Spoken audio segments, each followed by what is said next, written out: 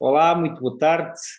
Bem-vindos à APAU, ao nono evento da Associação Portuguesa da Aviação Ultraleve. O meu nome é José Rocha, faço parte da direção da APAU e comigo estão também o presidente Higino Gonçalves, o Américo Costa, penso que também está online, que é o vice-presidente, e está o Vogal, que está a conduzir aqui as operações, a parte técnica, que é o Luís Rosa. Boa tarde a todos.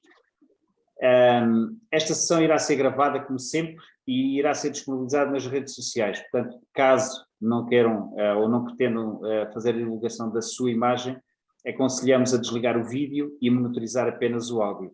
Vamos ter apresentações, portanto, podem à mesma estar a monitorizar o vídeo, têm é que desligar o vosso vídeo.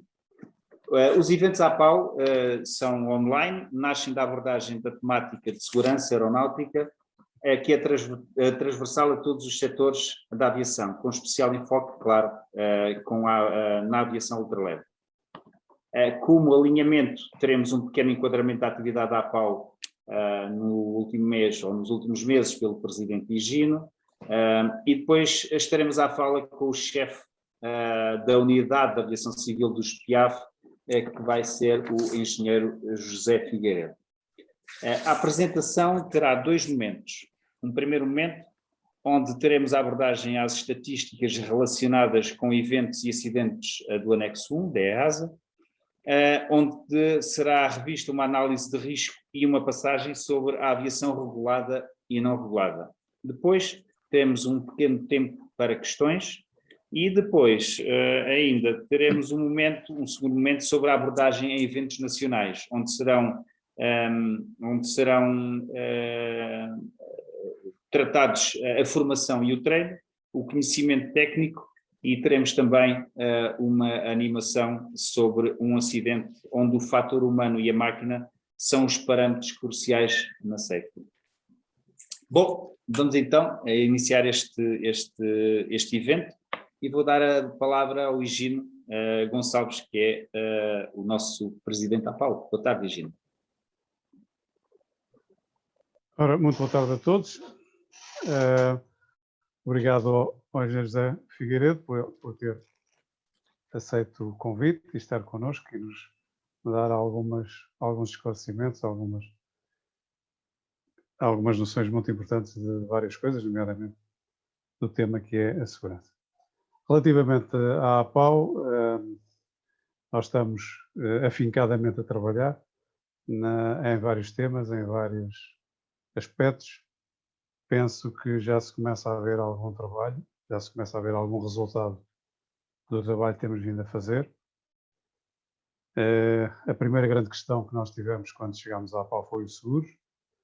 Foi uma situação que resolvemos, que está a funcionar, eu acho que impecavelmente, não tem tido qualquer problema, tem havido a colaboração fantástica do Rui Alves e portanto, a coisa tem estado a funcionar, acho eu que sem qualquer tipo de problema.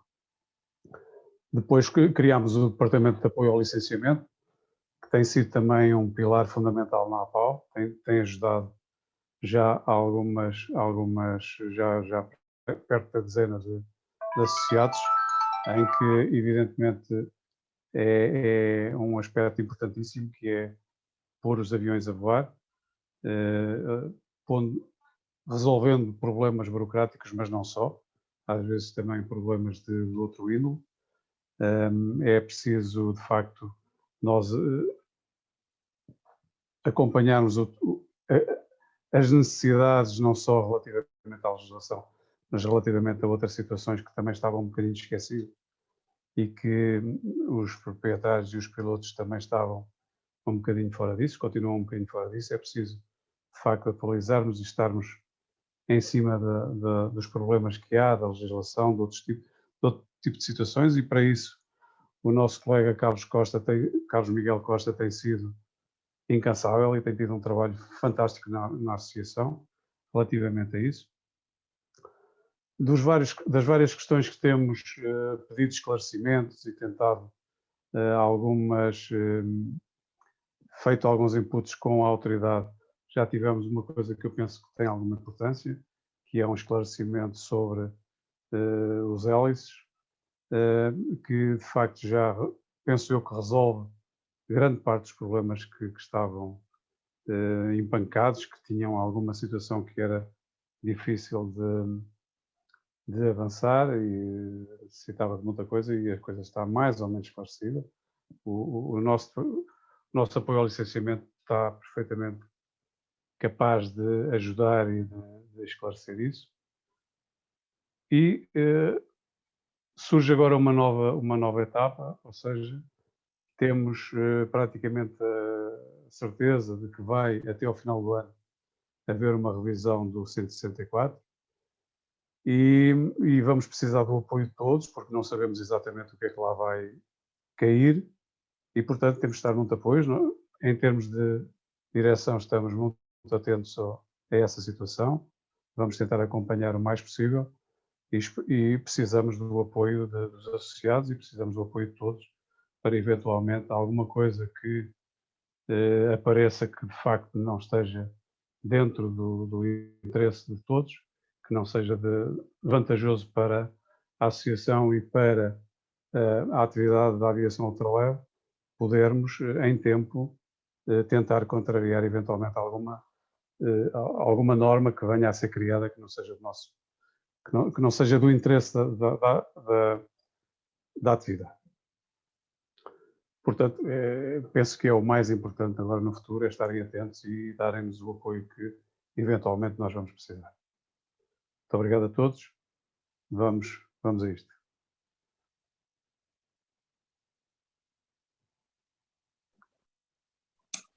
Obrigado, Presidente Higino, pelo update relativamente à associação e digamos que ao esforço que tem feito em prol da aviação ultraleve. Engenheiro José Figueiredo não só é um piloto experiente da aviação ultraleve, como construiu a sua própria aeronave, a Variese, aquela aeronave que voa com as asas ao contrário. Pertenceu aos quadros da OGMA e atualmente desempenha as funções de chefe da Unidade da Aviação Civil do Gabinete de Prevenção e Investigação de Acidentes com Aeronaves e Acidentes Ferroviários. Olá, José, uma vez mais, e também volto a agradecer a tua presença aqui, a tua simpatia.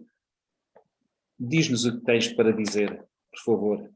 Muito obrigado, Rocha. Muito obrigado, Gino. Muito obrigado à Pau. Agradecemos, obviamente, participar nestes fóruns que também são o nosso objetivo e a nossa parte da prevenção de acidentes. Tenho aqui uma pequena apresentação. Acho que posso partilhar, certo? Sim, sim. Deixa-me só aqui tirar isto.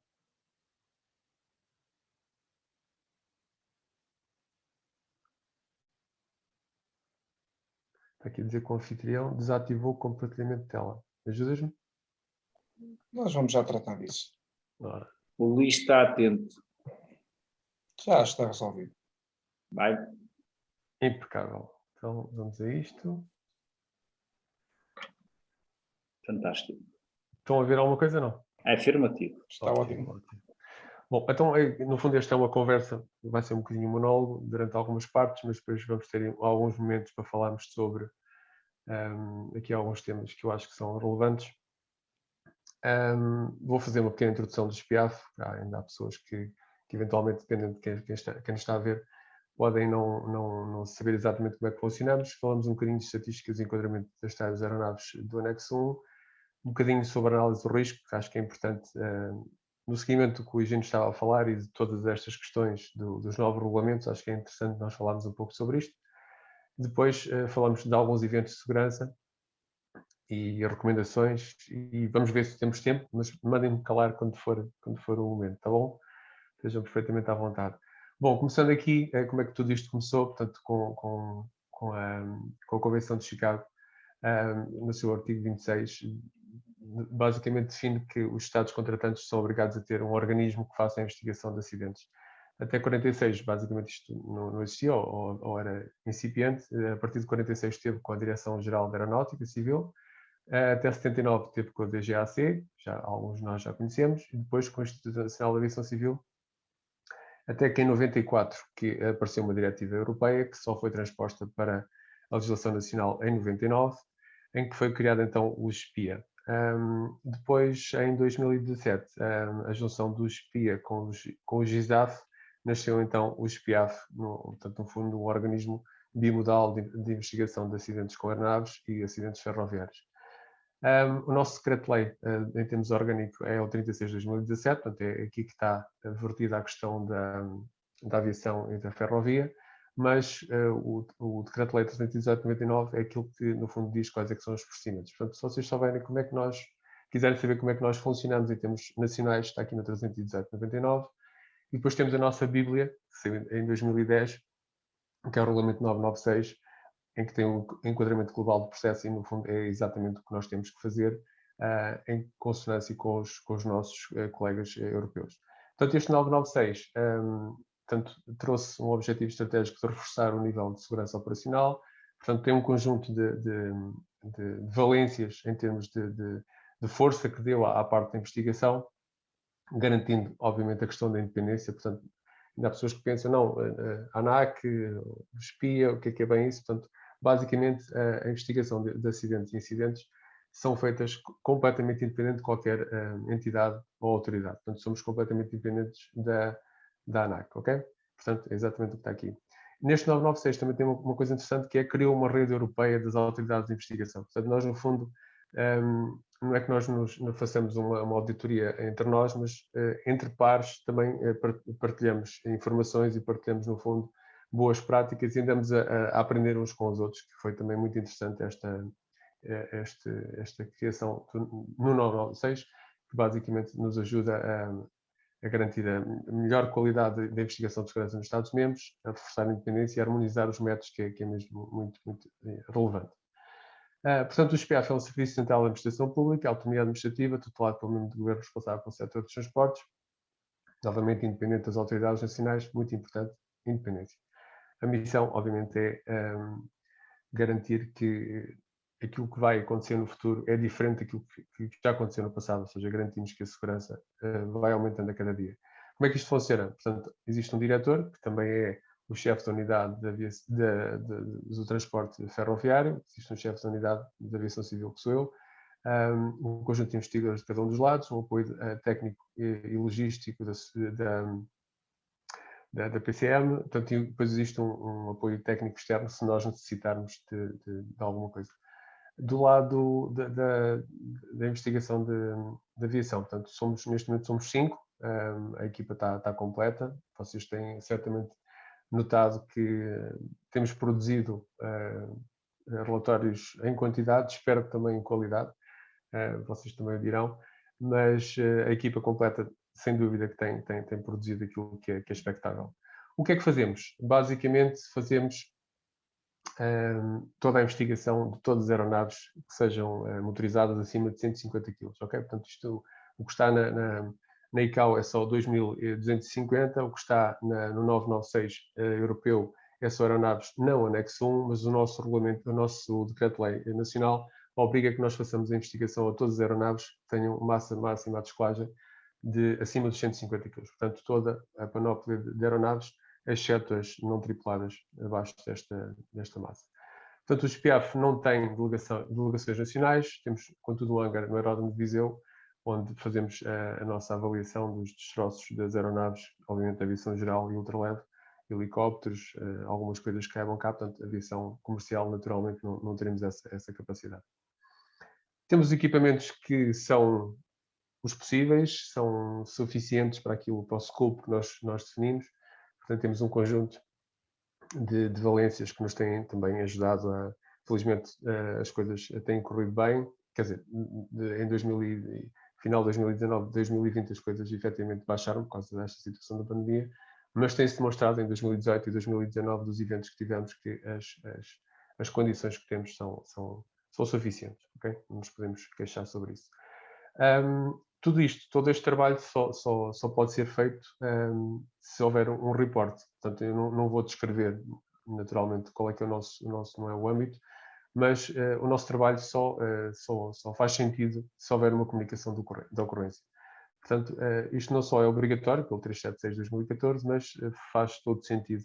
E se todas as pessoas tiverem uma consciência em termos de segurança operacional, safety, faz todo sentido nós fazemos o report e não é problema nenhum. Ou seja, temos dúvidas se é reportável, se não é, pega-se um telefone e falamos abertamente sobre o assunto e logo vemos qual é que é o melhor destino. Portanto, não tem nada que saber. Depois, a parte final eu digo exatamente como é que se faz, mas no fundo é garantir que a informação chega ao gabinete através do report.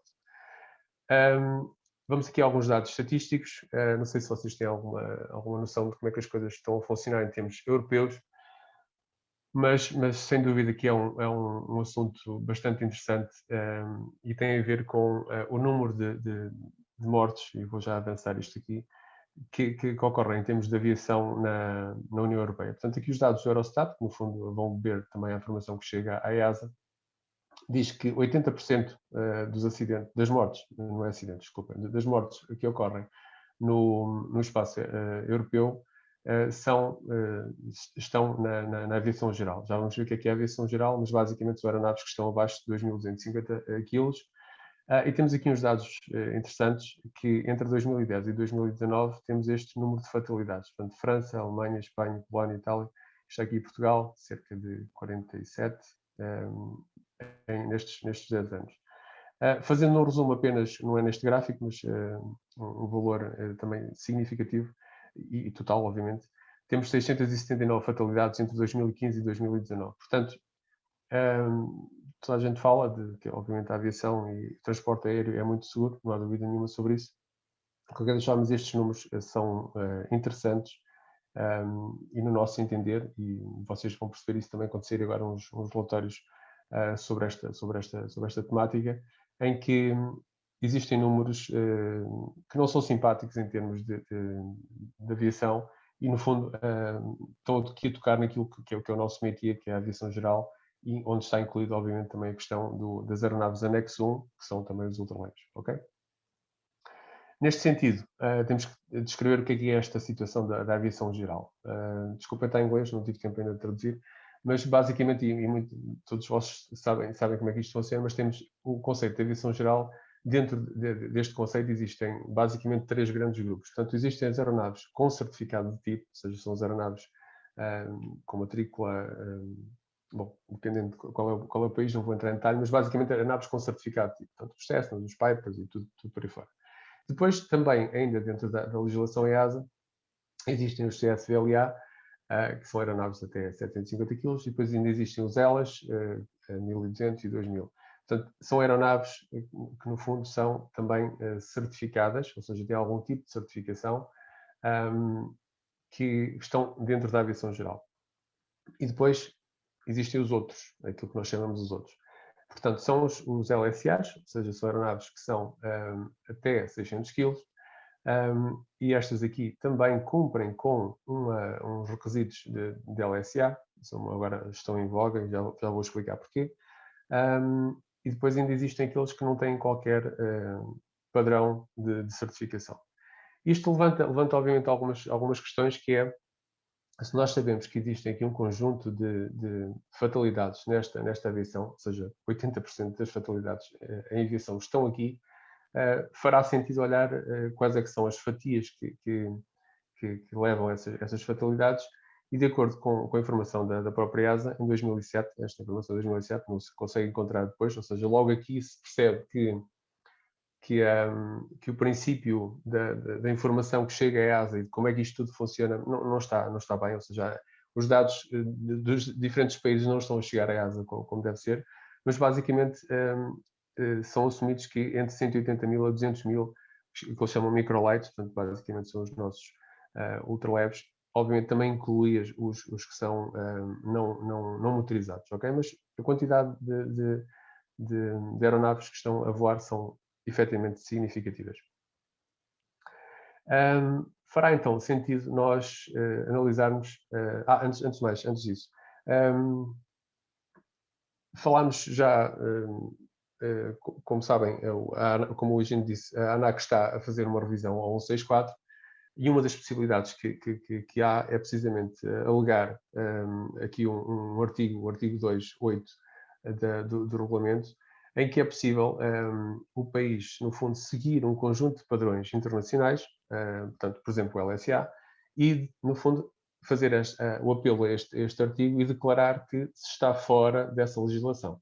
Qual seria a vantagem deste caminho? É que teríamos um padrão de certificação, de manutenção, de operação, de tudo e mais alguma coisa, não tendo que cumprir depois, no fundo, exatamente aquilo que está no regulamento. Ou seja, podemos seguir o regulamento e depois fazemos as exceções de acordo conforme o país ou no fundo, a economia do país ou aquilo que as restrições do país têm. Portanto, e se vocês virem, e esta está atualizada no site da EASA, alguns dos países, alguns dos Estados-membros já fizeram precisamente esta opção em que definem qual é que é o critério. Portanto, os franceses, por exemplo, declararam que aeronaves com 2 lugares ou máximo de 500 kg, portanto, estas aeronaves, cumprindo com determinados requisitos, estão, no fundo, têm uma exceção à legislação da EASA. Portanto, será possível, se nós quisermos fazer as coisas, digo eu, de uma forma pensada, adotar um regulamento que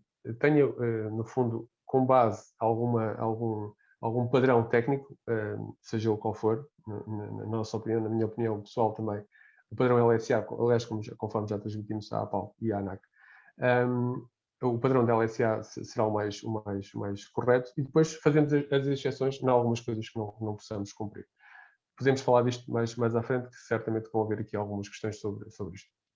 Mas o que é importante nós definimos muito bem. Portanto, dentro de uma lógica de risco e o balanço da segurança, nós sabemos perfeitamente que este tipo de aviação, e estou a falar da aviação ultraligeira e não certificada, o que é que nós precisamos nessa aviação? Precisamos de liberdade de operação por oposição a uma operação altamente regulada, que é a questão do transporte aéreo. Portanto, tudo isto, todo este fluxo faz sentido e, no fundo, é aquilo que nós vivemos. Portanto, nós aceitamos a responsabilidade, é esse o nosso objetivo, por oposição à questão da aversão do risco, ou seja, nós quando vamos viajar num avião comercial, nós queremos um risco mínimo. Nós queremos um bom custo-benefício, em comparação com, obviamente, o custo da operação do transporte aéreo. E o facto de alguma coisa correr mal neste tipo de aviação ultraligeira tem baixas consequências, ou seja, é com base nisso, é com base neste princípio que a aviação está desregulada, ou seja, que esta aviação do anexo 1 está desregulada porque aparentemente teria baixas consequências. E as baixas consequências, mesmo assim, são os tais 600 e tal mortos em 5 anos. Portanto, em comparação com a aviação de transporte aéreo, que não é aceitável haver, obviamente, perda de vidas. E dentro deste pirâmide, que é um conceito mesmo muito interessante, do pessoal da Noruega, nós sabemos que a voar temos sempre que proteger quem está cá em baixo, ou seja, nós temos que garantir sempre que as pessoas que estão na sua casa não levam com o avião em cima, e basicamente aqui é esta pirâmide, ou seja, estas são as pessoas que têm que estar mais defendidas. Temos que garantir que todo o enquadramento regulamentar e de operação garante aqui um princípio de defesa destas pessoas. Depois, obviamente, os passageiros de transporte aéreo comercial, pessoas envolvidas no transporte aéreo, pessoas que trabalham na aviação, ou seja, isto vamos baixando em termos do nível de proteção. Os passageiros na aviação geral, eles sabem perfeitamente que não estão protegidos da mesma forma como estão protegidos numa aviação comercial. E, por último, são estes senhores, são estes pilotos da aviação geral e light sport, que sabem que assumem todo o risco e nós sabemos disso. Ou seja, nós, quando entramos e quando fazemos uma aeronave e produzimos e operamos uma aeronave de aviação geral, nós sabemos perfeitamente qual é que é o risco, ou deveríamos saber qual é que é o risco de operar estas aeronaves. Este quadro, este conceito também é bastante interessante e seria muito importante depois, a seguir este quadro, abrimos um bocadinho para as questões. O que é que este quadro quer dizer? Basicamente temos aqui o nível de regulamentação, em que estamos aqui a falar da aviação geral. Estou a ver a seta, certo? Acredito que sim. Portanto, temos aqui o eixo em que quanto mais regulamos, obviamente, se no fundo uma aeronave que nunca que nunca caísse, nunca tivesse problemas, altamente regulada, levaria à falência da operação. E, por outro lado, supostamente temos aqui um risco devidamente controlado, ok? Esta é a aviação geral. Por exemplo, aeronaves com certificado tipo que está aqui. Ou seja, nós conhecemos a regulamentação, sabemos que o tipo de aeronave, portanto, pode ser monomotor, pode ser bimotor, motores alternativos, ou seja, nós sabemos que, por exemplo, estas aeronaves certificado tipo de aviação geral, em comparação com as aeronaves de transporte aéreo, nós sabemos perfeitamente que temos um risco superior em relação a estas aeronaves, porque tem mesmo a ver com o conceito de aeronave, um motor alternativo, uma operação single pilot, uma operação sem qualquer defesa do operador, naturalmente vamos ter um risco acrescido. A grande questão está noutro ponto, tem a ver com estas aeronaves aqui, da anexo 1, em que efetivamente nós não sabemos qual é o risco. E porquê que não sabemos qual é o risco? Porque, obviamente, se nós aumentarmos a supervisão e a legislação, ou seja, estamos a avançar neste sentido, estamos aqui a diminuir o nosso espaço de voo, no fundo a party zone acaba por desaparecer, mas a grande questão aqui é que nós, esta linha, porque os regulamentos eventualmente não estão definidos, e o Eugênio acabou de falar da questão dos hélices, mas existem centenas de outras questões, esta linha não está definida. E esta linha não está definida, são permitidas ou não permitidas, ou ninguém sabe se é permitido ou se não é permitido, mas basicamente é uma atividade de risco não controlado. Nós não sabemos, ou seja, nós sabemos que é o mais elevado, mas nós não sabemos qual é que é esse limite. E aqui é que eu acho que é absolutamente essencial nós temos uma regulamentação perfeitamente definida, seja ela mais para cima ou mais para baixo. Se calhar há uma fase em que tem que ser mais apertada, depois podemos ir abrindo dependendo dos dados, mas sem dúvida nenhuma que seria mesmo muito interessante nós termos esta linha perfeitamente definida, como temos na aviação, aviação geral certificada. Bom, querem abrir um bocadinho a conversa? Ou o que é que acham? Ainda estão aí, não? Vamos só Sim, dar sim, voz sim, ao sim, José sim, Rocha. sim. Sim, eu penso que sim, podemos. Estes últimos slides são excelentes. Eu penso que podíamos, Luís, ver se alguém tem alguma questão relativamente àquilo que já foi apresentado. Podem levantar a mão ou fazer o thumbs up para que lhe demos voz à questão. Se não houver, eu posso continuar, não tem problema. De momento ainda não temos aqui nenhuma mensagem. Portanto, se alguém quiser intervir, agora é a altura. José, eu achei este último slide, e quando tu dizes que às vezes tem que se apertar um pouco mais a regulamentação ou a certificação ou aquilo que é o risco, ou seja, controlar os fatores ou os parâmetros para que consigamos diminuir o risco das coisas, não é? Eu achei isto muito, muito interessante. E o facto de não ser linear, umas vezes sim, outras vezes vai mais abaixo, mais acima, achei este slide muito, muito interessante. Sim, essa é que é a grande questão, que é quando não temos uma definição, uma linha clara do que é possível, o que é que não é possível, ou seja, o que é que fica ao critério do construtor amador, do operador, seja o que for, andamos aqui para trás e para a frente e depois não sabemos o que é que temos. E, no fundo, estamos a pôr em causa a segurança, ou seja, nós, ou não definimos isto, estamos a pôr em causa a segurança, porque estas pessoas que voam neste ambiente podem pensar que estão seguras e não estão. O desconhecimento, obviamente, mesmo com leis perfeitamente definidas, às vezes a gente não os conhece. Quanto mais quando a lei não está perfeitamente... Exatamente. A lei ou o princípio não está perfeitamente definido. Temos aqui o Higino que quer colocar uma questão. Vamos dar aqui a voz ao Higino. Não, eu só queria dar aqui uma questão nessa questão do aumentar a supervisão e uma definição do que é que de facto está ou não está na legislação. Há aqui um problema que eu penso que a legislação que temos já tem alguns anos. O problema era que também não era do conhecimento geral. Em primeiro lugar, não estava a ser aplicada.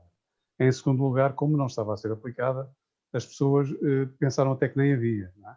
E quando começou a ser aplicada, também foi aplicada de uma forma intempestiva. Quer dizer, há aqui um conjunto de situações que levam a um desnorte, não se sabe exatamente em que ponto é que estamos, e por isso a nossa intenção em tentar criar que haja aqui um período de transição, porque é importante de facto haver legislação, é importante respeitar-se a lei, e se a lei estiver mal tem que se mudar, como é evidente, mas temos que saber, as pessoas têm que estar minimamente informadas do que é preciso fazer e do que é importante fazer. E a APAO tem também esse objetivo, e é muito importante que os associados, os proprietários em geral, tenham a noção de que é importante socorrerem-se da APAO, porque ela, em princípio, tem as informações àquilo que eles precisam de saber. Muito bem. A questão da legislação ser antiga, sem dúvida nenhuma, é uma parte importante, mas também é importante que essa legislação contenha, efetivamente, requisitos técnicos, porque neste momento está ausente os requisitos técnicos, a questão do hélice, a questão do motor, a questão dos registros, como é que é feito, a questão da manutenção, não tem nada.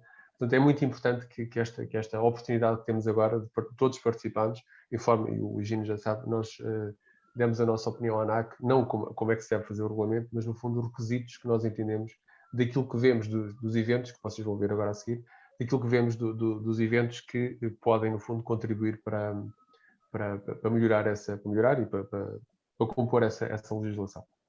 Muito bem. Ok. Sim. Eu não estava só a dizer que às vezes perde-se tempo. Isto verifica-se também em outros setores do transporte.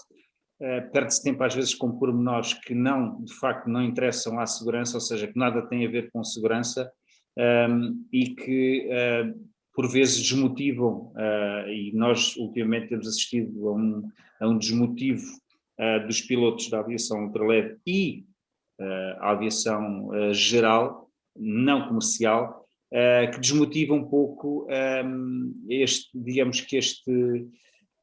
processo, não digo de certificação, mas este processo todo de estar confortável relativamente ao risco. Ou seja, perde-se tempo às vezes com pormenores, quando de facto temos que assegurar as partes que fazem parte da segurança, não só do piloto, como da aeronave, bem como, e acima de tudo, de terceiros, como foi dito aqui antes, não é?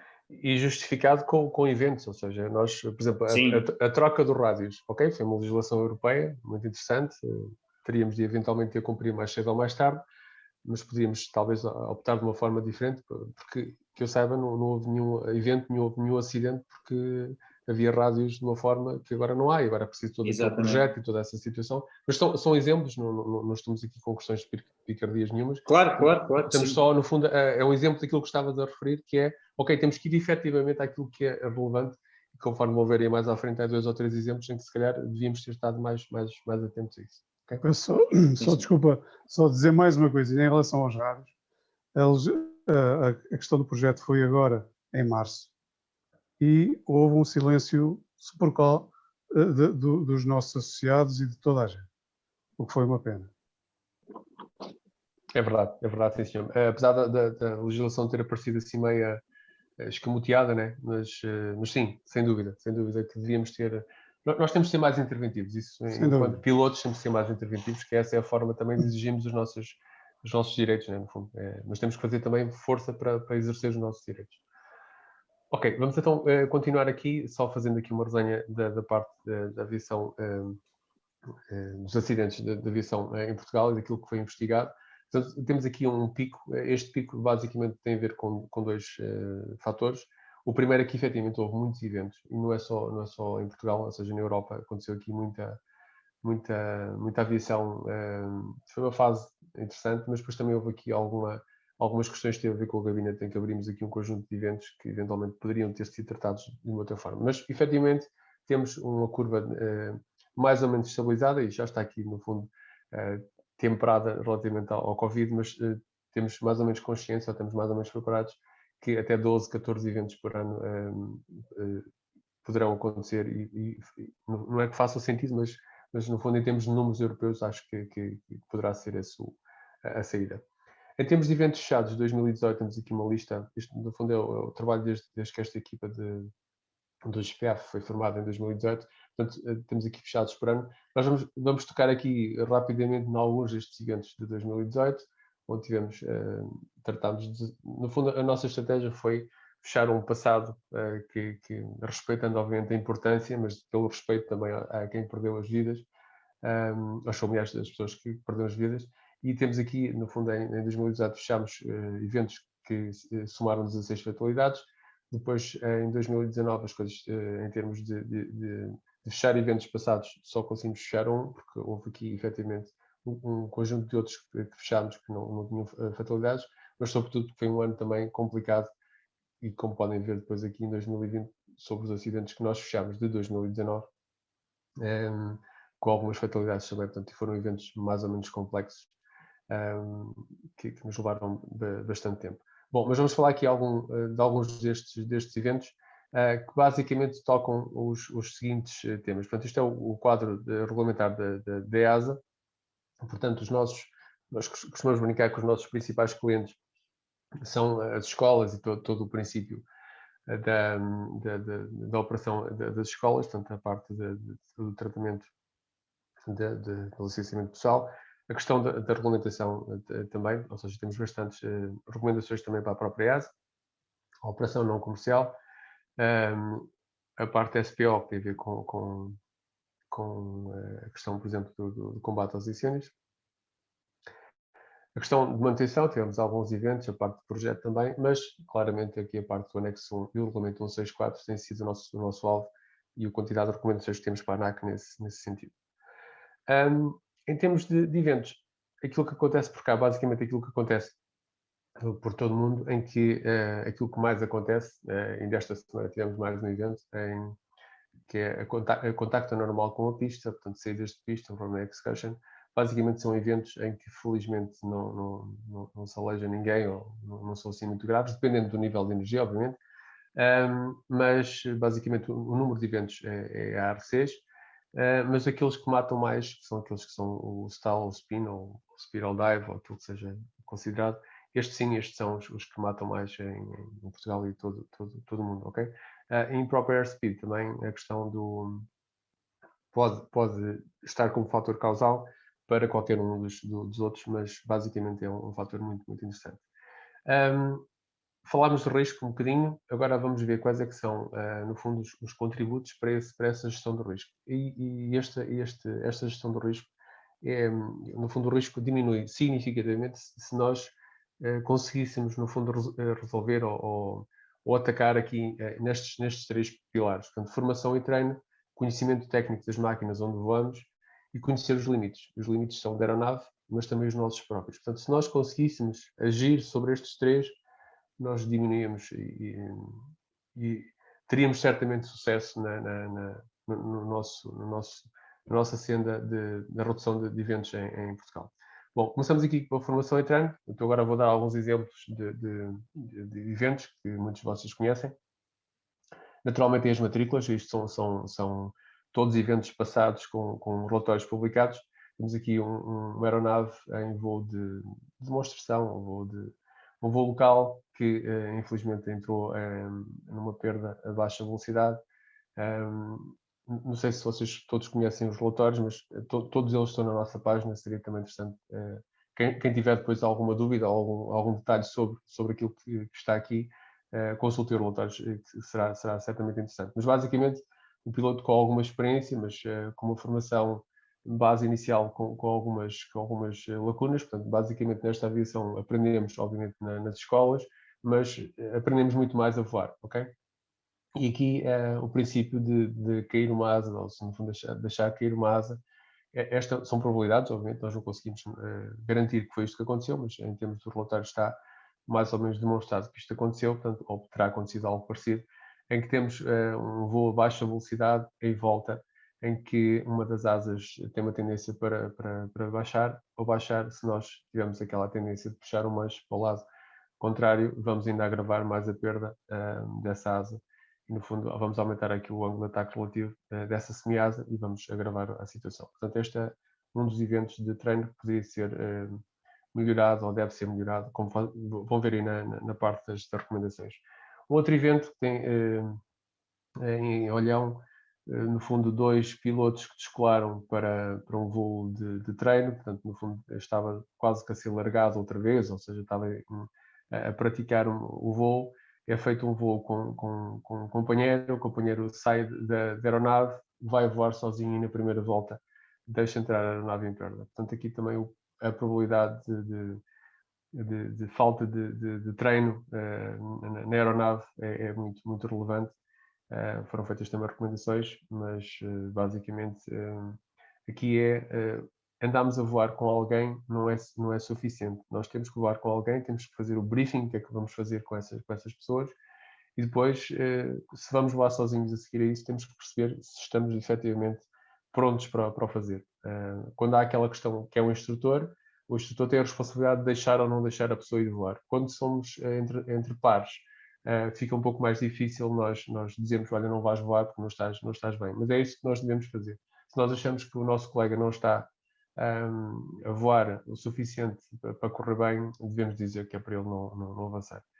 Aqui em 2019, portanto, foram 2 eventos, o Quebec Brave e também o que está a seguir, basicamente tem a ver com proficiência. E esta situação do Covid ainda veio agravar mais isso. Todos nós voamos muito menos, mas alguns de nós muito menos mesmo, ok? Isso já antes era um problema, portanto nós, como macacos que somos, como costumo dizer, nós precisamos efetivamente de treinar. E não se acanhem de pedir alguém para ir voar convosco, mas, novamente, pedir alguém para voar connosco não é significado que as coisas vão correr bem. Portanto, nós temos que perceber o que é que vamos fazer. Não é aquela lógica do deixa que eu deixo, ou seja, ninguém sabe o que é que está a fazer no avião.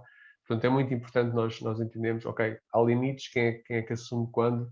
É muito interessante fazermos essa parte. E depois a questão da velocidade da aproximação, a velocidade vertical, e temos consciência da aproximação estabilizada. Aqui outro exemplo, aconteceu em Águeda, portanto, um excesso de velocidade na aproximação, faz a lógica do bounce landing, e lá está, um pouco de falta de treino, eventualmente, ok, faz o primeiro toque, alta velocidade, vamos embora e vamos para, vamos tentar outra vez. Esta semana aconteceu exatamente um evento muito parecido com este também por cá. Bom, e vamos aqui ao segundo pilar, conhecimento técnico das máquinas. Muito importante nós sabermos onde é que andamos a voar. Temos que ter conhecimento da máquina, não só de performance, não só de manual, não só como é que ela funciona em termos de comandos, mas também como é que ela está lá por trás, ok? Como é que são os sistemas. Este foi um evento de uma asa delta motorizada em que, por falta de conhecimento, o piloto, portanto, ele não tinha licença, portanto, adquiriu o equipamento em França, veio para cá, num voo, fez um voo a solo, correu bem, depois colocou um passageiro e depois já não correu bem. E não correu bem porque se não era aqui, se calhar eventualmente era noutra altura, mas basicamente é porque fez alterações significativas ao sistema de ignição, em que colocou uma bobina por cada uma dos cilindros, em que supostamente seria uma alimentação cruzada, e fez esta situação. E depois também tinha 2 switches, e desses 2 switches eliminou um e colocou, no fundo, o desligar as 2 ignições apenas num switch. Portanto, em princípio, terá sido isso que o passageiro terá desligado o switch e o motor parou e teve uma perda de controle por causa disso. Um outro evento tem a ver com nós conhecemos muito bem o nosso sistema de combustível da aeronave, portanto, um avião interessante, muito agradável, mas tem aqui algumas particularidades, como todos, ou seja, tem um tanque quase com 2 metros, um tanque em cada semiasa com quase 2 metros, ou seja, um tanque estreitinho, mas comprido, e no fundo não tem anteparas em que o combustível, se andarmos a voar com a asa ligeiramente em baixo e tivermos pouco combustível, portanto, no fundo, o combustível vai para a ponta da asa e deixa de ser alimentado. Ainda para agravar mais a situação, o piloto não conhecia o próprio sistema do combustível, ou seja, tinha 2 tanques em cada semiasa, mas o sistema de alimentação eu pensava que tinha um tanque significativo na fuselagem, mas o tanque apenas tinha 0,75 litros, ou seja, não era... Lá está, não conhecíamos a aeronave, estamos a pensar numa determinada situação, não é bem assim, pois quando as coisas começam a correr mal, não conhecendo, fica muito mais difícil. Um outro evento, 2019, também o sistema de combustível alterado, em que tinha um tanque principal, mas depois foi adicionado um segundo tanque. Desse segundo tanque havia 2 torneiras. Essas 2 torneiras não sabiam muito bem o que é que elas faziam. Ou seja, isto foi um fator, mas não foi o fator principal. O principal fator foi não conhecer a aeronave, ou seja, nem saber onde é que estavam os drenos, não fazer a limpeza dos filtros, não fazer a troca. Uma coisa muito importante, quem utiliza combustível, quem necessita de abastecer combustível por fabricantes ou por outros dispositivos que não seja diretamente na bomba, muita atenção à filtragem e à utilização desses dispositivos, ok?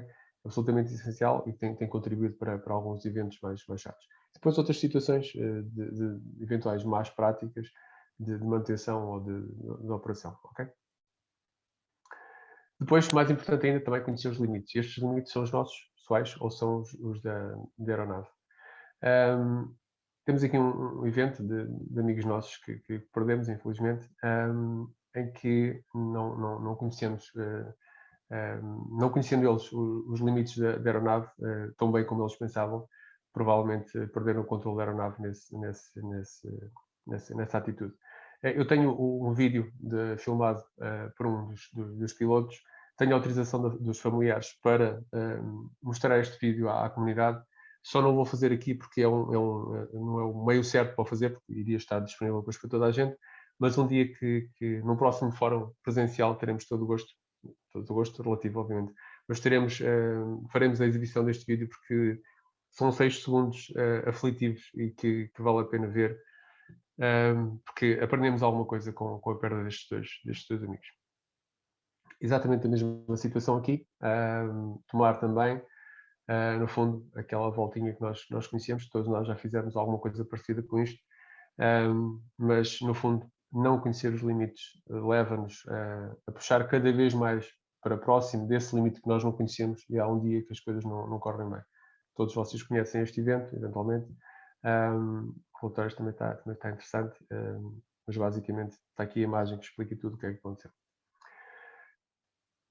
Se a história não se tivesse que se repetir, era bom, mas infelizmente 2019 muito parecido também, com uma agravante de uma aeronave maravilhosa por um lado, mas com limites também mais apertados por outro, mas novamente não conhecendo os limites e puxando é este o resultado. No fundo, alguns problemas que a aeronave tinha e estão a ser tratados e foram devidamente tratados pelo fabricante. Este fabricante realmente teve uma atitude interessante perante esta investigação e outras,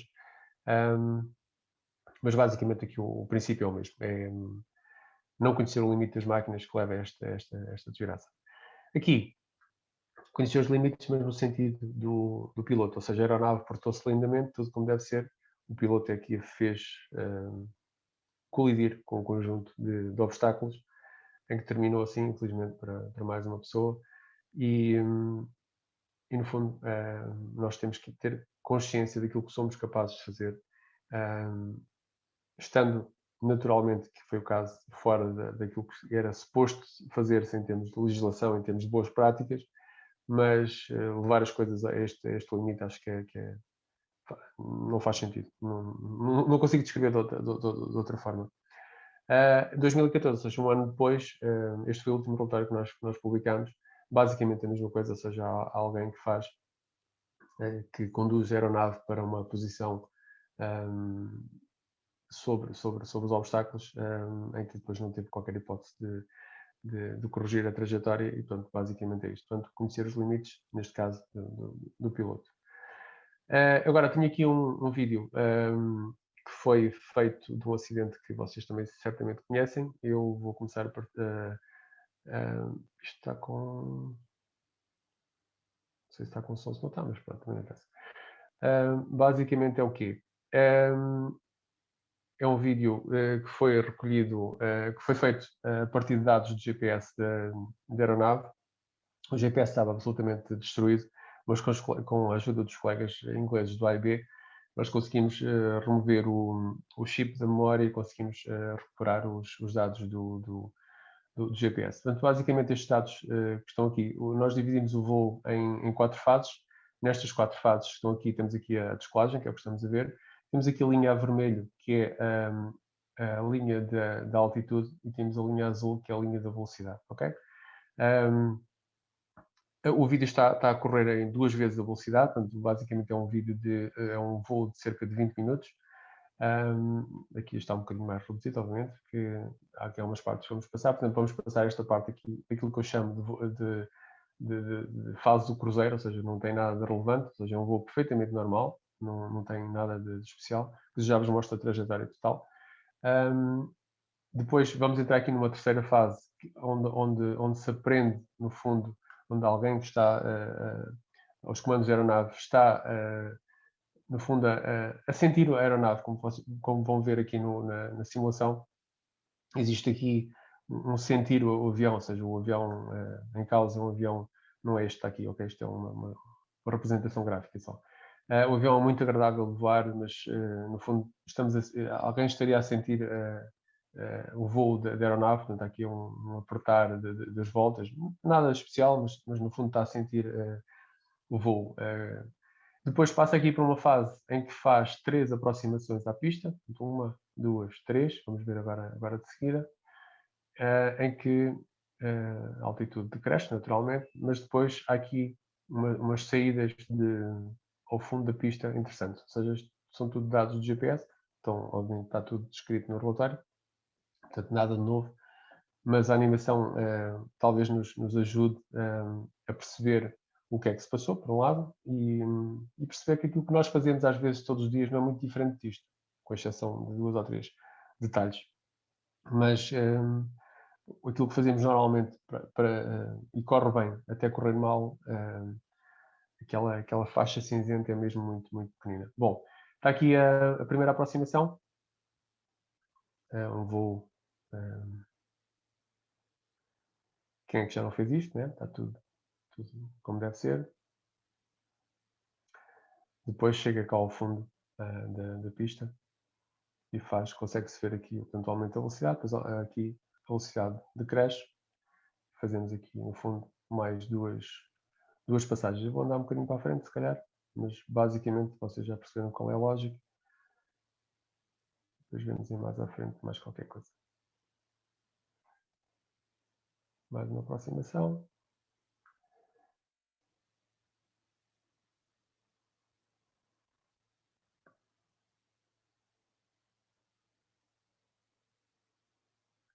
Aqui já um bocadinho mais para o lado esquerdo, portanto estamos aqui nesta fase.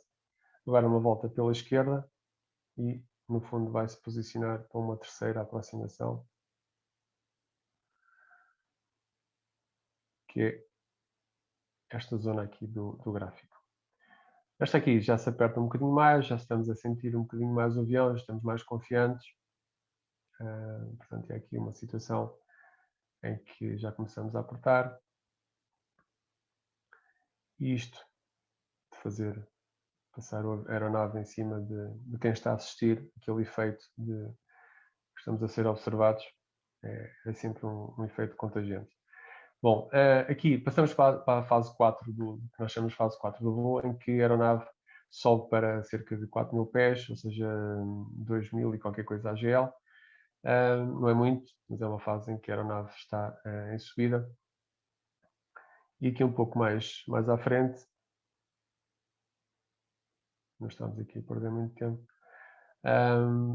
Portanto, este gráfico aqui, que espero que vocês estejam a ver, demonstra aqui uma situação interessante. Dando no fundo aqui, o gráfico não mostra,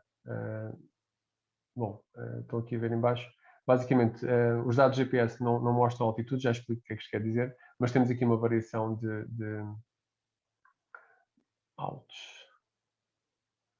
temos uma variação de velocidade interessante, que se consegue perceber perfeitamente que a aeronave vai fazer aqui uma dinâmica que não está registada em termos de altitude, porque o GPS não grava nessas situações, mas basicamente a única possibilidade disso de acontecer aquela dinâmica será com esta dinâmica que foi simulada aqui no Flight Simulator. Portanto, há uma primeira manobra no plano vertical, em que há um decréscimo da velocidade, depois o aumento da velocidade, depois uma segunda manobra, também no plano vertical, e um aumento da velocidade também muito significativo. E é nesta fase que as coisas não correm bem. Não sei se vocês estão a ver alguma coisa ou não. Mas basicamente o que acontece aqui uma pausa, é que existe aqui uma probabilidade elevada do banzo da asa, portanto a longarina da asa está aqui, e o banzo da asa da parte de baixo fraturou. Não sabemos exatamente até onde é que fraturou, mas não houve uma cedência completa. Portanto, aqui naquele aumento de velocidade houve uma cedência inicial, e a partir daí é que depois ocorreu mais à frente a cedência completa da asa. Portanto, a aeronave mantém agora uma atitude mais normal, ainda em subida, ou seja, continuaram a subir, não se conseguiu perceber porquê, qual seria a justificação para a aeronave subir. Uma das possibilidades é que poderá haver uma deformação permanente já da semiasa direta. E após isso, há uma pequena variação de velocidade de altitude, em que mete o nariz depois em baixo, e é esse momento em que, com o aumento de velocidade, há uma cedência completa da asa direita, e nesse momento não foi possível representar, mas basicamente a aeronave entra numa espiral e acaba com esta situação. Portanto, estes dados foram então do GPS com a ajuda do AIB, e o Pedro Freitas ajudou-nos aqui a fazer o Flight Simulator, também foi interessante. Só para ter aqui uma noção da trajetória total. Portanto, a aeronave é exatamente isto que tivemos aqui a ver, mas em termos de... temos aqui tal fase de cruzeiro, no fundo é só uma volta de pista. Depois há aqui uma fase de voltas apertadas, ou se tal sentir o avião. Depois existem 3 voltas de pista, as tais aproximações à pista. Há então esta terceira, a subida para os 4.000 pés, e aqui aparece no plano horizontal, mas efetivamente é no plano vertical, e perdemos os dados de GPS no momento em que a asa foi para cima da fuselagem e danificou a antena do GPS, e ficámos sem esses dados. Portanto, basicamente foi isto que aconteceu, onde se conjugaram os limites da aeronave. Portanto, esta aeronave tinha limites estruturais inferiores àqueles que são os normais num Sport Cruiser. Portanto, o fabricante emitiu um documento que dizia que esta aeronave não era capaz de voar 600 kg, com 600 kg, porque não sabiam como é que ela tinha sido construída. Efetivamente, verificámos que a construção dela é diferente dos outros modelos. Portanto, houve a cedência da asa. Portanto, há um limite que foi ultrapassado, claramente. Não só a VNO foi ultrapassada, mas como a VNE foi claramente ultrapassada, em que causou esta situação. Portanto, conhecer os limites não só das pessoas, dos pilotos, quero dizer, e da aeronave seria absolutamente essencial. Aqui agora, muito rapidamente, para depois passarmos às questões, só para terem noção, nós estamos a fazer um estudo muito interessante que nós chamamos de Approach and Landing Takeoff Events, ALTO, onde são descritos 24 eventos de aviação geral, 8 dos quais envolvendo aeronaves ultraleves. São eventos que ainda não estão fechados, mas no fundo são os tais eventos que são categorizados como baixa energia, ou seja, supostamente não matam ou não alejam muito, mas são eventos obviamente muito perigosos, e tem a ver com estas fases de baixa energia. Estamos obviamente com várias cooperações e estamos a limpar um backlog também interessante. A nossa lista de recomendações é extensa. Eu só vou falar aqui, portanto, aqui dentro do processo da investigação, aqui a parte das recomendações. Vou falar aqui só de algumas que acho que é importante, porque também nos comprometemos a ajudar a APAU neste sentido. Nós emitimos uma recomendação à APAU para promover uma consciencialização dos pilotos para os riscos e perigos de voo a baixa altitude, ou seja, temos sempre falado nisto em todos os eventos que nós participamos.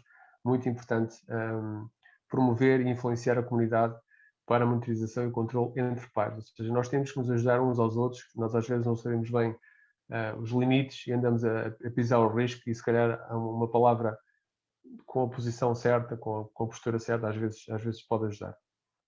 Para este caso, a Sierra Índia, a questão dos conteúdos programáticos do curso, eles estão, obviamente, uma das coisas que a nossa posição para a ANAC em relação ao 164, uma das coisas que eu acho que é importante fazermos é dividir, ou seja, não existe nenhuma regulamentação aeronáutica que trate a formação, trate a manutenção, trate o fabrico em série. Portanto, há aqui uma grande dispersão neste 164 e faria sentido separar e dedicar uma parte interessante, eventualmente com o regulamento próprio da formação, com conteúdos programáticos definidos, técnicas de treino mais aprofundadas e mais descritas, como deve ser, e depois, muito importante também, que também está aí à frente, que é a questão da uniformização dos instrutores. Acho que é muito, muito importante que os instrutores tenham um processo de uniformização.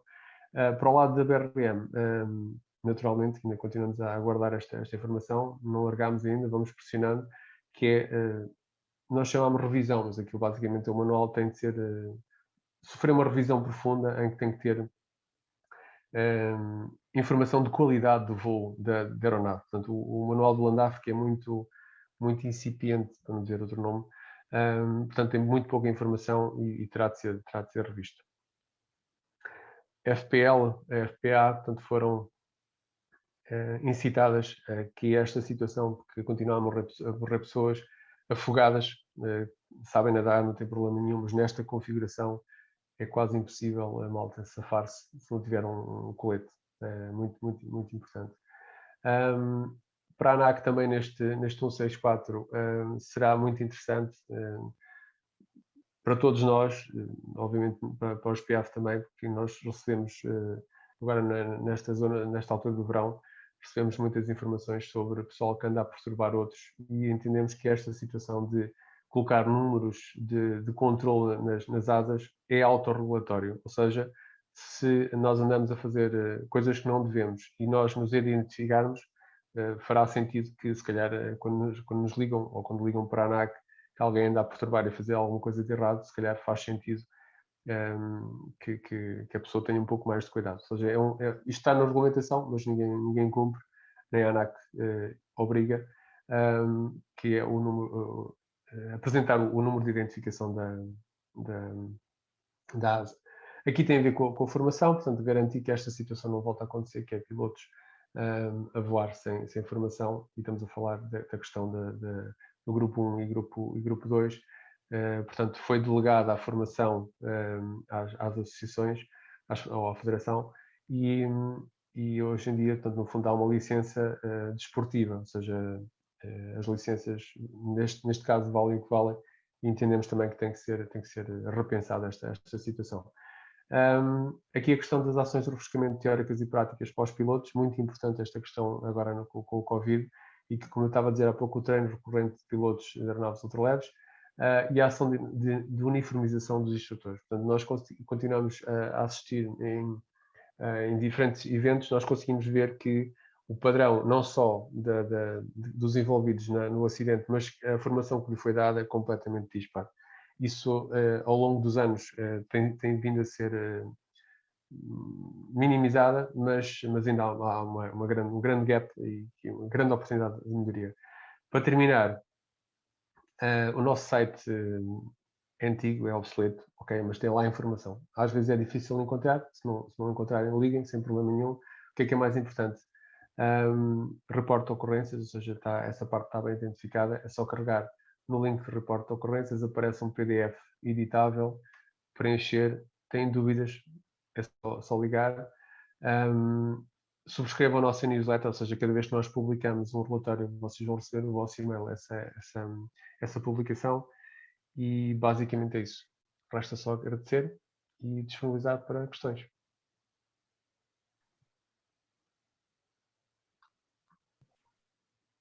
José Rocha, agora a voz é tua. Muito. Não, Voz é minha. já foi ótimo. Epá, eu fiquei muito agradado com a exposição, com os conteúdos, e acho que plasma bem aquilo o que é que se passa na nossa aviação, e com o Covid, e com o fator humano e com a máquina. Eu não tenho questões. A apresentação para mim foi excelente, foi elucidativa, e acho que temos que continuar o trabalho. E Gino?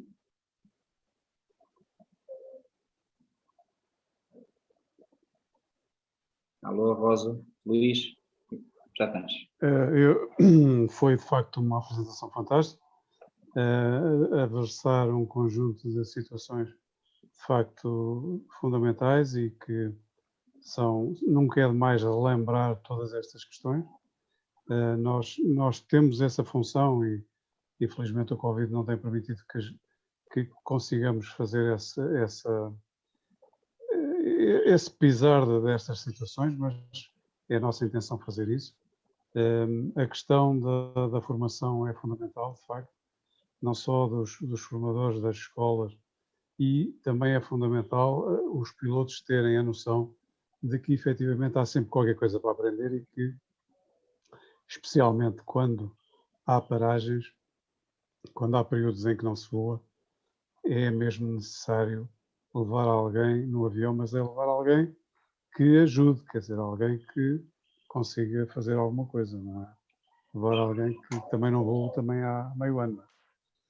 Pronto. E, portanto, de facto, são questões fundamentais que mais ou menos toda a gente sabe, mas que nunca é demais falarmos e relembrar esse tipo de princípios. Falávamos há pouco na formação, no treino e nisto tudo, e eu, se calhar, para puxar a brasa um bocadinho aqui à APAU, verifico que falou-se e fizemos uma divulgação e fizemos uma divulgação inicial dos eventos da APAU, através da rede social e através da newsletter. Fizemos também esta semana uma divulgação que o SPIAF ia aqui estar com o seu responsável. E fico, não é triste, eu estive presente em alguns destes eventos que resultaram em casualidades, em perdas de amigos, e fico triste que quantos aeroclubes é que nós temos? Uma mancheia deles. Quantas escolas de aviação que nós temos? Uma mancheia delas. Temos 16 participantes, tirando os 3 que nós estamos da APAU e tirando o José Figueiredo, somos 4. Estão aqui 12 pessoas. Por mais que nós batemos na tecla da prevenção, não percebo como é que os aeroclubes como é que as escolas não dizem assim, vai haver uma apresentação do SPIAF, por favor, vejam, ou nós vamos ter aqui, ou liguem-se, ouçam. É triste. Os nossos eventos têm corrido aqui a alguns aeródromos onde estamos a dar voz às escolas, aos stakeholders, a tudo, ao mecânico, enfim, é transversal. E de repente parece que temos aqui quintinhas que não deveríamos ter, e em termos de PIAF, fico triste que apenas 16 pessoas, se bem que isto possa ser visto mais tarde, fico triste que apenas 16 pessoas estejam presentes. Isto é a minha certamente opinião. mais pessoas vão ver depois o vídeo, e aproveito para dizer que estejam perfeitamente à vontade, têm os meus contactos e depois poderemos discutir sem problema nenhum algumas questões que hajam, não só desta apresentação como de outras, estejam perfeitamente à vontade, aos presentes e aqueles futuros que vão ver o vídeo. Deixa-me só dizer uma coisa, Rocha. Eu acho que não deves ficar triste.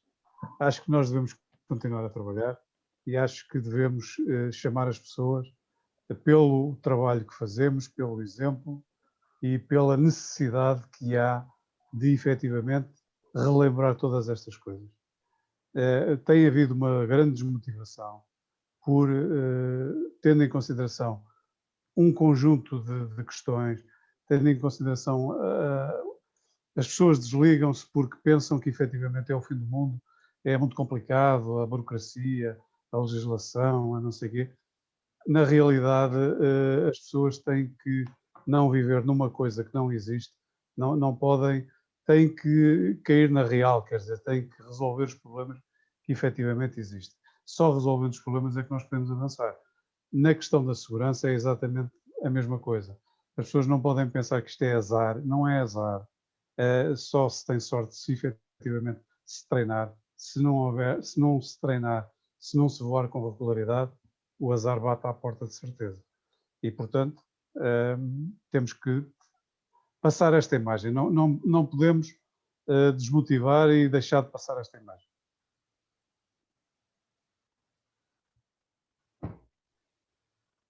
O Navalho quer falar, penso eu.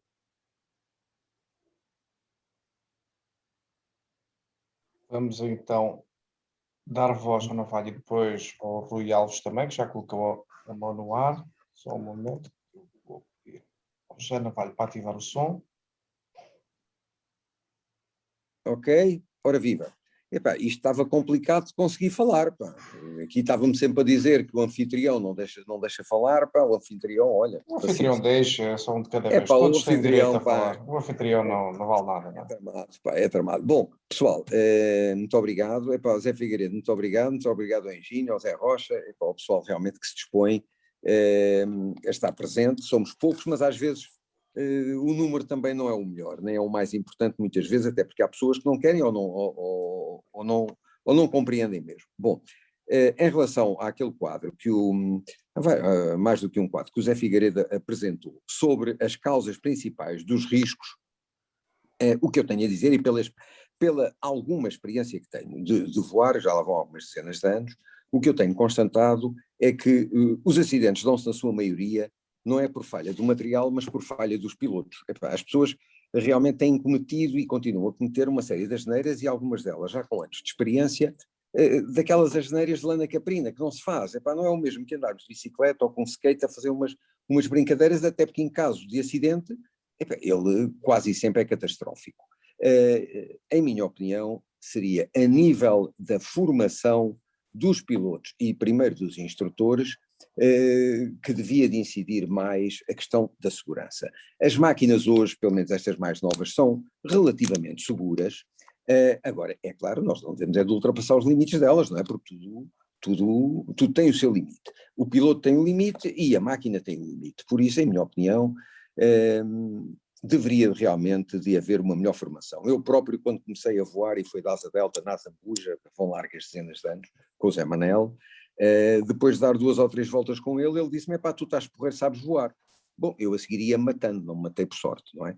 Porque não tinha, de facto, a formação que deveria ter tido em situação mais complicada do que aquelas que eu tinha andado a voar. E, pá, foi uma formação que não foi formação nenhuma, foi uma informação. Hoje já não é assim, mas de qualquer modo penso que em algumas escolas que falta uma formação maior. Outra questão é que há pilotos a começar a voar já com mais alguma idade. Epá, eu tenho 70 anos, mas já tenho algum background. Começar a voar aos 50, aos 60 ou mais anos, penso que sobre essas pessoas deveria de incidir uma formação mais exigente. Porque, diz o ditado, e é verdade, burro velho não aprende línguas. Epá, e para aprender precisa de realmente maior exercício de aprendizagem. Era isso que eu gostaria de deixar no fórum sobre a segurança, insistir mais sobre as pessoas, sobre a formação dos pilotos, prestar provas de formação dos pilotos, epá, e de cada vez que a gente vir alguém a fazer uma grande asneirada, recomendar-lhe que não o faça, não é? Mas claro, se o fizermos, ou temos a mania que somos espertos, ou temos a mania que somos ricos, ou temos a mania de qualquer coisa. Levamos o carimbo de ter a mania de qualquer coisa. Não é bem assim, por isso, companheiros, continuem, muito obrigado, e mais fortes dois, que é o que nos faz falta, está bem? E transmitir aos outros também.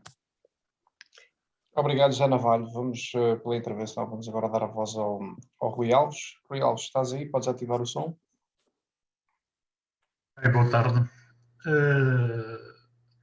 Queria dar aqui 2 palavras. Uma, algumas coisas nós, enquanto portugueses, devemos ter orgulho. Ter um gabinete com a dimensão deste gabinete de investigação, aproximar-se desta forma, sem complexos, sem puritos, sem nada. Eu acho que é um orgulho de ser português, é o mínimo que eu posso dizer.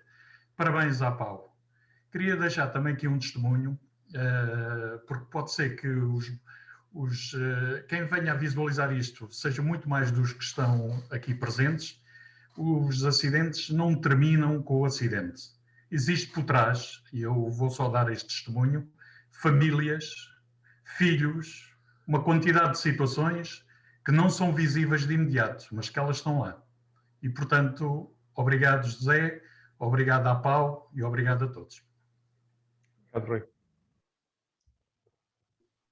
Obrigado, Rui Alves José Rocha. Vou dar agora a palavra. Não temos aqui mais questões. Bom, só tenho que agradecer ao José Figueiredo, agradecer à APA uma vez mais e vamos ver como é que vai ser o próximo evento. O próximo evento está programado para o início de setembro. Vamos ver como é que vai ser. Vamos atempadamente fazer a divulgação desse evento. Só me resta agradecer aos presentes, agradecer ao José Navalho pela intervenção, ao Rui Alves pelo sempre apoio incondicional à aviação ultraleve e pela intervenção. Miguel, obrigado. Ana Rita, muito obrigado também. Ao Constantino, ao Pinto e ao Freixo, ao Cardoso, ao Guilherme Pinto também está presente, ao Edgar, ao Sousa e ao Costa, que também estava aqui, e ao Mândio. Muito obrigado. Higino, queres dar umas últimas palavras e dizer um farewell? Da minha parte, muito obrigado e tenham um bom fim de semana. Eu também me resta unicamente agradecer, mas de uma forma efetivamente efusiva, porque eu sei quanto é difícil estar presente nestas coisas, porque requer sempre algum tempo, requer sempre alguma preparação e nós temos que, de facto, com o nosso exemplo, dar também aos outros e permitir que os outros ganhem alguma coisa com isso. E acho que vamos conseguir. Obrigado a todos e vamos continuar o nosso trabalho. Até à próxima. Muito obrigado. Um bom dia. Obrigado. Para quem Obrigado. quiser, pode ligar o microfone para dizer adeus, já que estamos nas despedidas.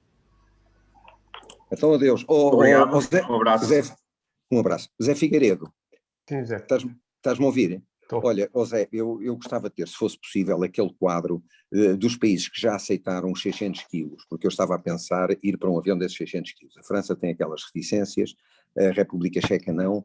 Epá, como é que eu posso ter acesso a isso? Se tu pudesses fazer o favor de me Já te enviar envio, ou dar-me já o te link. Ok, um abraço. Muito Aliás, obrigado. o link está lá, mas eu evito sem problema Epá, nenhum. ok, porque eu estou a pensar mudar de bicicleta, mas quero saber que linhas é que vou pisar em Portugal, tá bom? Um abraço, obrigado. Ok, combinado. Tudo bom. Obrigado para vocês. Um abraço a todos. Até à próxima. Beijo, bom Obrigado dia. a todos. Obrigado, Deus. Obrigado.